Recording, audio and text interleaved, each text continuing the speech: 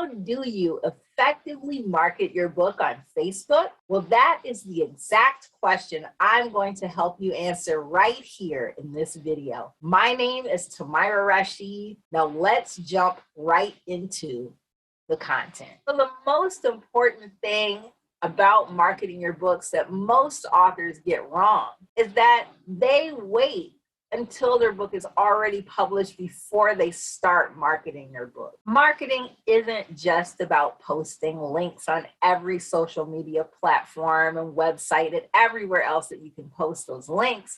Marketing is really about relationship building and how well you know your audience. The name of the game is whoever knows their audience best sells the most books. You want to start selling your books by first getting to know your audience as best as you can. You want to start with 10 people that you already know who have purchased books from you already. Now, if you haven't sold any books yet or you haven't published your books yet, that's okay. You can talk to 10 people who already read books like the ones that you want to write. Once you have your list of 10 people, you want to call them and set up interviews. Record the interviews on Zoom so that you can watch them again. And you want to have a list of interview questions that you ask them. It doesn't have to be too many. It could be somewhere between 3 to 5. And don't be afraid to tweak the questions as you ask them. Some questions may apply, some may not. And you want to have the freedom to change up the questions or ask additional questions as the person that you're interviewing opens up more and tells you more about things that they like about the books that you want to write. You want to find out what their biggest challenge is. You want to know what they love about those types of books, what they hate, what they wish they include, and more. And you'll think of more questions as you interview more people. I find that around 20 people, that's kind of the sweet spot.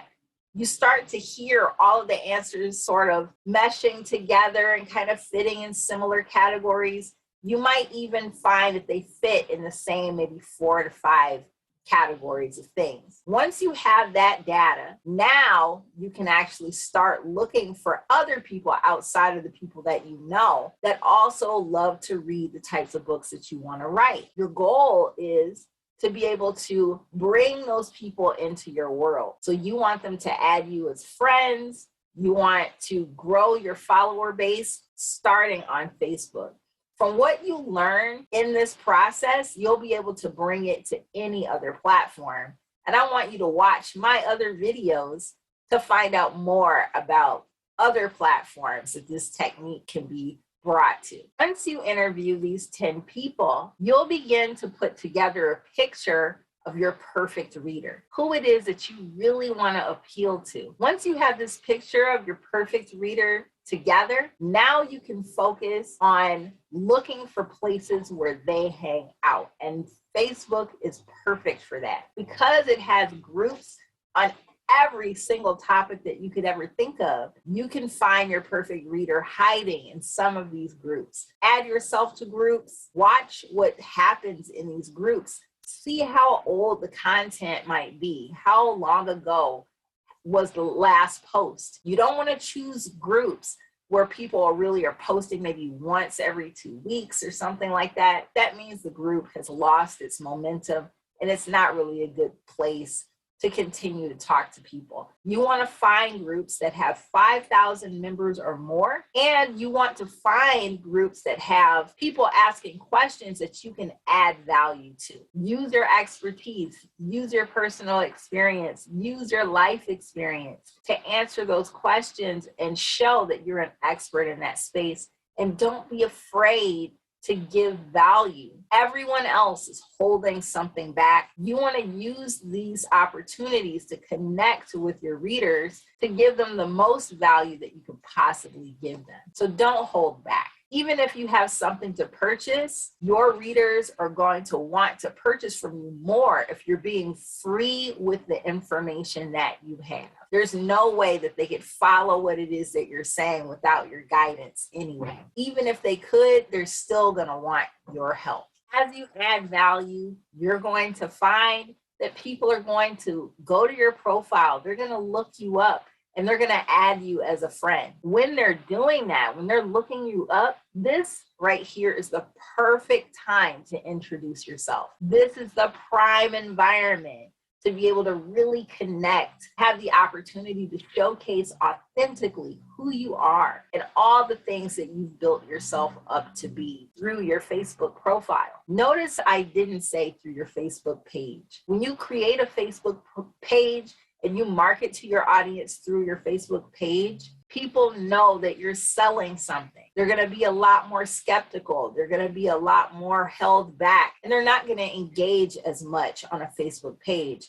But when they see your Facebook profile, your personal profile, and they see that the things that you say out of your mouth are aligned with the way you actually live day to day, you're going to create the ability for someone to get to know, like, and trust you. It's this know, like, and trust that's going to encourage them to purchase your books from you. Now that you know how to get their attention by giving value, this is the perfect time to really introduce yourself. A really good introduction is set up like a hero's journey. The Hero's Journey is a book that was written many, many years ago, and it actually follows the stories from stories told throughout history. There's always the hero, right? The hero starts off as a regular human being, and then they have some kind of epiphany. And that epiphany sets them off on a journey of transformation where they become the hero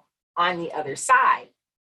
Your life is the same way. Once upon a time, you were just a normal human living the type of life that you thought you should live until you had an epiphany, and it sent you on this journey of transformation to become an author. It sounds like nonfiction, but it also works for fiction too. Your fictional characters have a life that kind of came to you, and you know what that mystical feeling is kind of like, hearing these characters speak through you in your books. They're going through life challenges, and your readers are people who may or may not have had mentors, guides. You'd be surprised by the type of guidance people receive from reading fictional books. Think about your own favorite books, your favorite fictional books, and how they made an impact on you in your day-to-day life. This is the opportunity that you have for your own readers to create a book that's not just any old fiction book in that genre,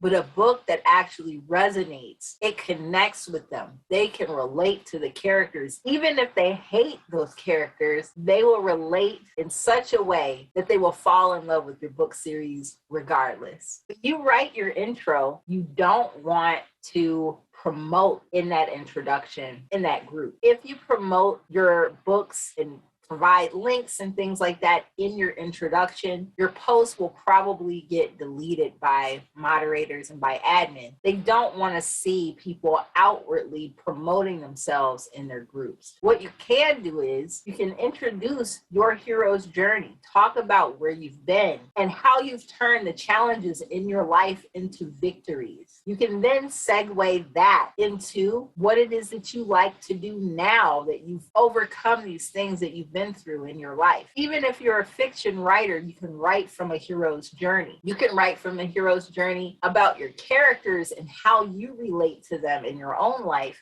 If you have those type of characters that do that, your readers want to know about you. They'll learn about your books. They'll learn about what it is that you like to write. This is your opportunity to connect with your readers on a level where they can get to know you as a person and they can become interested in the works that you like to write. Good introduction is impactful. It doesn't describe events that went on. So if you find yourself describing play-by-play events that happened in your life that lead up to X, you want to cut out that description and leave the impact there. You want people to walk away with, wow, oh, this struck me in this particular way. You don't want to leave people with a play-by-play story because they'll get lost and they'll get bored at some point. You want to make sure they have impact after impact after impact, back to back. Now, if you want to learn step by step exactly how to get your first 100,